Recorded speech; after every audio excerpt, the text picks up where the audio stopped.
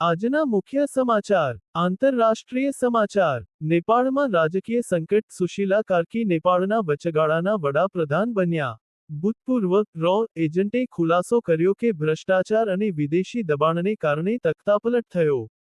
social media પર પ્રતિબંધ ફક્ત બહાનું છે જેન ઝેડ આંદોલનમાં મોતનો આંક વધીને 51 થયો કોંગોમાં દુર્ઘટના આફ્રિકાના દેશ કોંગોમાં બે બોટ પલટી જતા 193 લોકોના મોત થયા જ્યારે 200મી વધુ લોકોને બચાવી લેવામાં આવ્યા ડોનાલ્ડ ટ્રમ્પની ટેરિફ નીતિ અમેરિકામાં મોંઘવારી અને બેરોજગારીમાં વધારો આર્થિક મંદીની આશંકા ટ્રમ્પે કહ્યું કે ભારત પર ટેરિફ લગાવવું સહેલું નથી કારણ કે ભારત રશિયા પાસેથી તેલ ખરીદી રહ્યું છે આ સાથે જ નોબેલ શાંતિ પુરસ્કારની રેસમાં ટ્રમ્પને કમિટી તરફથી ઝટકો મળ્યો અમેરિકા હત્યાકાંડ અમેરિકામાં એક ભારતીય વ્યક્તિએ પત્ની અને પુત્રની હત્યા કર્યા બાદ તેનું માથું કપીને કચરાપેટીમાં નાખી દીધું ભારતનું વલણ સંયુક્ત રાષ્ટ્રમાં ભારતે ફિલિસ્તીનને સ્વતંત્ર દેશ તરીકે માન્યતા આપવા પક્ષમાં મત આપ્યો કુલ 142 દેશોએ આ પ્રસ્તાવને સમર્થન આપ્યું નેપાળના કેદીઓ નેપાળની જેલમાંથી ફરાર થયેલા અનેક કેદીઓ ભારતમાં છુપાયેલા હોવાની માહિતી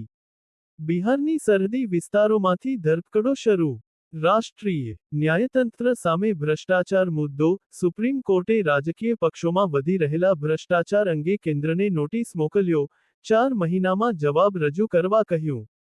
બોમ્બની ધમકી દિલ્હી બાદ હવે બોમ્બે હાઈકોર્ટને બોમ્બથી ઉડાવી દેવાની ધમકી મળી સુરક્ષા એજન્સીઓ સતર્ક પરિસર ખાલી કરાવાયું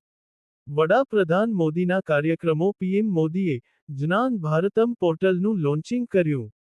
તેઓ આજે મણિપુરની મુલાકાતે જશે અને 8500 કરોડની યોજનાઓ ભેટ આપશે ત્યારબાદ બિહાર અને પશ્ચિમ બંગાળમાં કાર્યક્રમો નિર્ધારિત કેન્દ્રીય મંત્રી પિયુષ ગોયલ યુરોપિયન યુનિયનના અધિકારીઓ સાથે મુલાકાત કરી મુક્ત વ્યાપાર કરારને વહેલી તકે અંતિમ સ્વરૂપ આપવા ચર્ચા જીએસટી સુધારા નવા જીએસટી સ્લેબ લાગુ થતાં દેશનું સૌથી લોકપ્રિય સ્કૂટર હોન્ડા એક્ટિવા 8000 રૂપિયા સુધી સસ્તું થશે મનોરંજન અને રમતગમત એશિયા કપ 2025 પાકિસ્તાને ઓમાનને 93 રનથી હરાવીને ટૂર્નામેન્ટની બીજી સૌથી મોટી જીત મેળવી દિશા પટનીના ઘરે ફાયરિંગ અભિનેત્રી દિશા પટનીના રહેઠાણ પર ગોળીબારની ઘટના ગોલ્ડી બ્રાર અને રોહિત ગોદારા ગેંગે આ હુમલાની જવાબદારી લીધી રિપોર્ટ દરકાસ મોખા અમદાવાદ દસ્તક ન્યૂઝ 24